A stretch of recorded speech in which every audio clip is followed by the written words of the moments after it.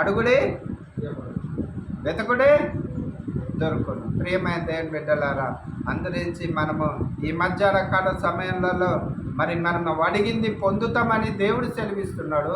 మనం అడిగింది మన మీద మనకే నమ్మకం లేదు. మన మీద మనకే నమ్మకం లేదు. ఓ కుమారుడాట తండ్రి ముందు ఏం చేసింది, తల్లి ఊక డబ్బులు అడుగుతుంటే తల్లి ఏం చేసింది, తండ్రి ముందు ఒక దెబ్బ కొట్టి గద్దించింది.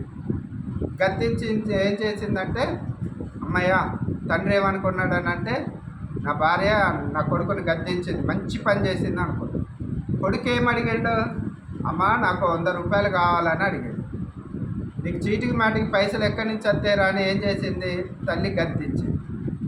గద్దించి ఏం చేసిందంటే, అదే గద్దింపులో 200 రూపాయల కాగితం చేతిలో పట్టుకొని ఆ జోబులో పెట్టి మనిషిని నెట్టేసింది. ఇప్పుడు ఈ 200 రూపాయల కాగితం ఎవరి జోబులు ఉంది, కుమారుడు జోబులు ఉంది, పిల్లగాని జోబులు ఉంది. ఇప్పుడు కుమారుడు చూసుకునే సోయిలు ఉన్నాడా, ఆందోళన ఉన్నాడా, కలవరంలో ఉన్నాడా? ఏ స్థితిలో ఉన్నాడు? దుఃఖంలో ఉన్నాడు, వేదన ఉంది. మా అమ్మ నాన్న ఒక దెబ్బ కొట్టింది, ఇంతవరకు కొట్టలే. కానీ తల్లి ఇచ్చిన ప్రేమని, జోబిలో ఉన్నదాన్ని, పక్కలే ఉన్నదాన్ని, తనతో ఉన్నదాన్ని చూడలేకపోతాడు.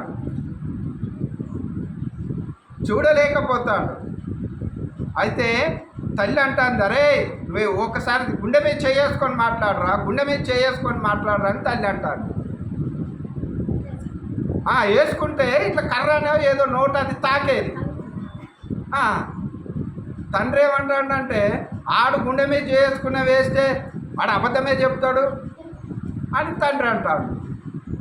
తల్లి ఏమంటుంది, అరే నీ దండం పెడతా గుండె మీద చేసుకొని చెప్పరా అని అంటే, ఈ గుండె మీద చేసుకొని పిల్లగాడు చెప్పలేకపోతాడు.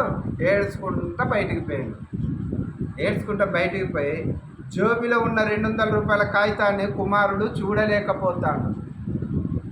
మళ్ళీ కొద్దిసేపటికి ఇంటికి తిరిగి వచ్చినాక అంత సర్దు మరిగినాక, నాన్న నీ జోబు చూసుకున్నావా నాన్న, గుండెలో ఉన్నది అనేసి అంటే, ఏంటమ్మా ఇంటికి వచ్చినాక మళ్ళీ ఊక గుండె మీద అంటానవేంది, పిచ్చోడా ఒకసారి చూడరా అనేసి అంటే, చూస్తే ఇది ఎప్పుడు పెట్టినామ్మా, నాకు దేవుడిచ్చే కృపావరాలు కూడా అలాంటి, అడుగుడి మీకు వీయబడును, వెతుకుడి మీకు దొరుకునన్నాడు. వెతకలేకపోయాడు,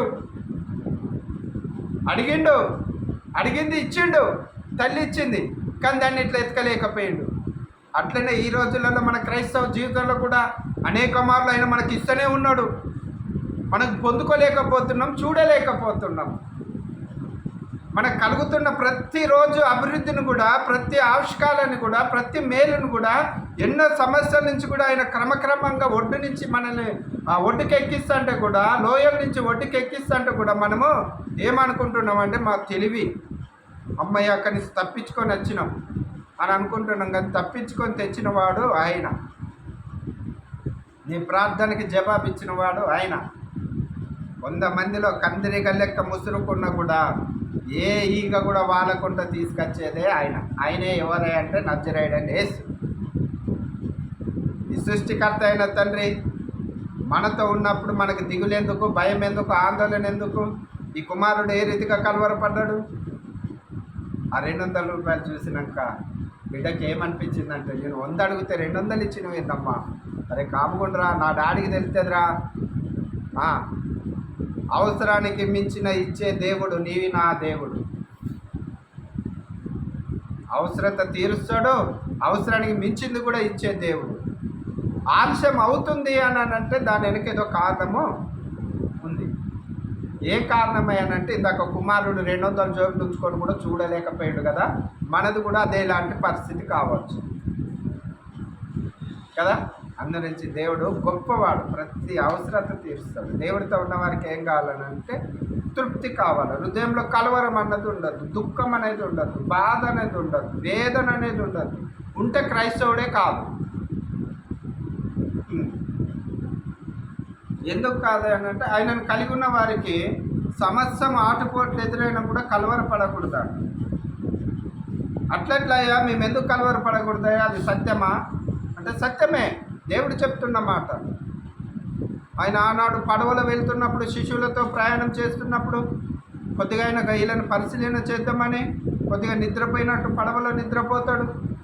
నిద్రపోయినప్పుడు మళ్ళీ ఏమైతే ఆ గాలి తుఫాను అక్కడ రేగుద్ది, అలల లెక్క ఇట్లంతా ఆ పడవ మీదకి కొట్టినప్పుడు అలజల్ లెక్క వచ్చినప్పుడు ఆ శిష్యులు ఏమవుతుంది అనుకుంటున్నారు, భయం ఆందోళన పడ్డారు, కలవరపడ్డారు.